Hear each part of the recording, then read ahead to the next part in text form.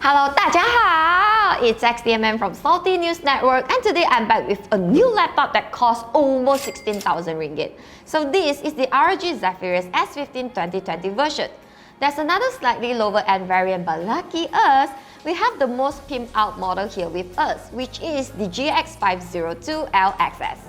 For the down payment of a Proton X70, what you will be getting is an Intel i7-10875H processor, an RTX 2080 Supermax Q, 32GB total of dual-channel 3200MHz RAM, and two 512GB SSDs in RAID 0 configuration.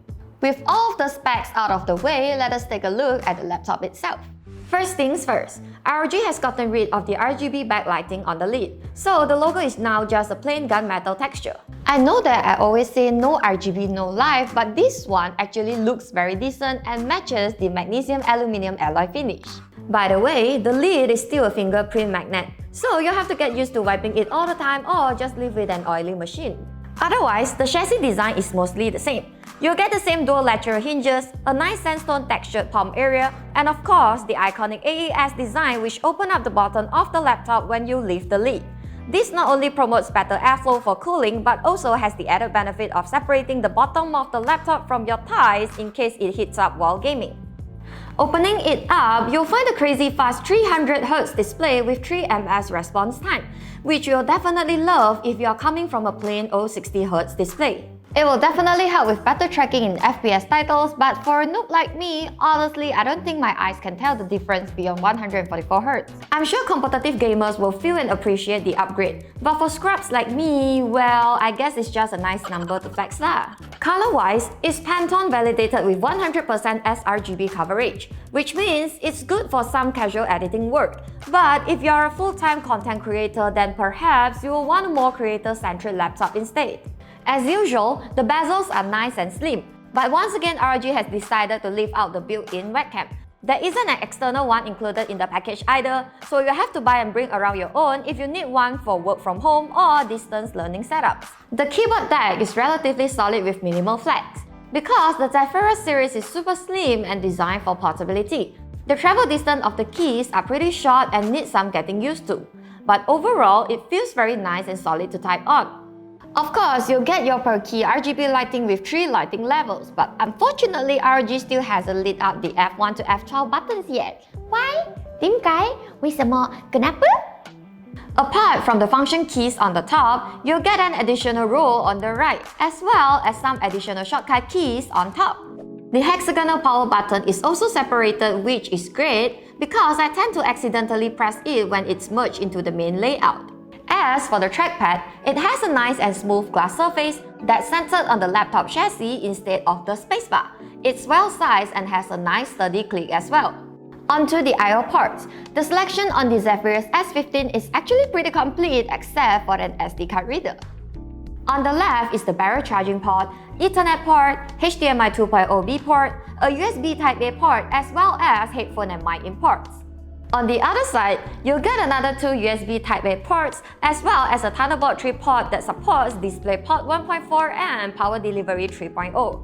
However, the location of the ports isn't the most ideal. Personally, I would like the ports to be on the back out of the way, but obviously the AES hinge is in the way, so this is not possible. The ports are all on the lower half since the vents are on the top half, and unfortunately this means that the cables will be trailing everywhere your hands are supposed to be, and this can be super duper annoying sometimes.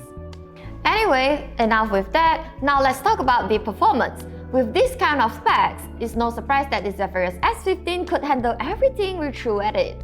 It scored high on synthetic benchmarks like Firestrike, Cinebench and Superposition. And it also excelled at most games with an average of 90 to 100 FPS on ultra settings. The only one it struggled a bit with was Assassin's Creed Odyssey, but that's known to be very intensive anyway. As for thermals, the surface temperature remained remarkably cool. The top of the keyboard hit around 50 degrees and the keyboard and thumb area hovered between the high 30s and the low 40s.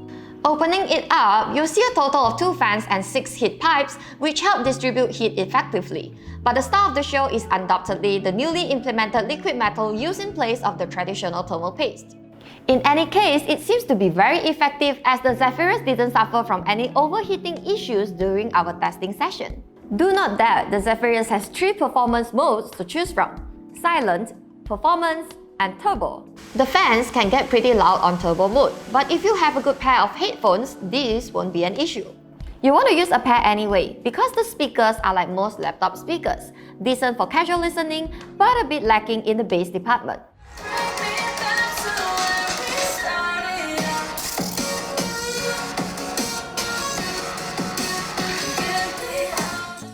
Now, what about battery life? One thing to note is that the Zephyrus can be switched between Optimus and G-Sync modes depending on your needs. The Optimus mode will default back to the integrated GPU when the full power of the discrete GPU is not needed, hence saving power. This helps the laptop last for about 5 hours for general productivity work. Do note that G-Sync doesn't work in Optimus mode though. You have to swap modes in Armoury Crate and restart the laptop if you want the full speed of G-Sync for gaming.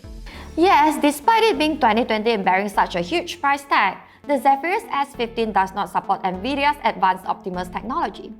If you are gaming on battery mode, please do note that you'll be locked to performance mode max. And obviously turbo is unavailable because your battery will be dead within half an hour or so.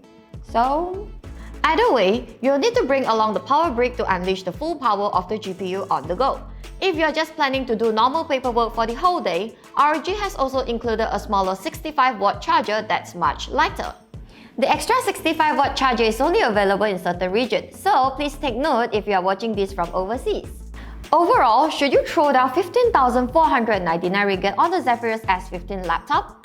Well, if money is not your concern and you enjoy flexing the best of the best to your friend, the GX502LXS is definitely for you. Give you all the power you need.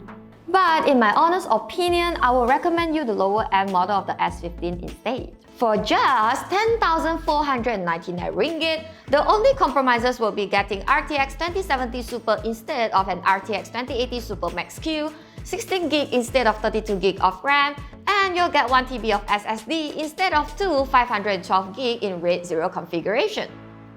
So, are you a Tuha who is willing to spend so many qian on the highest end Zephyrus S15? Or would you rather save a third of the money and go for the lower end model? Or you're so broke, like and can only afford to leave salty comments under our videos? Let us know in the comments. I hope you guys enjoyed this video and I'll see you guys again very soon. Okay, thanks, bye! Come back rich, yeah?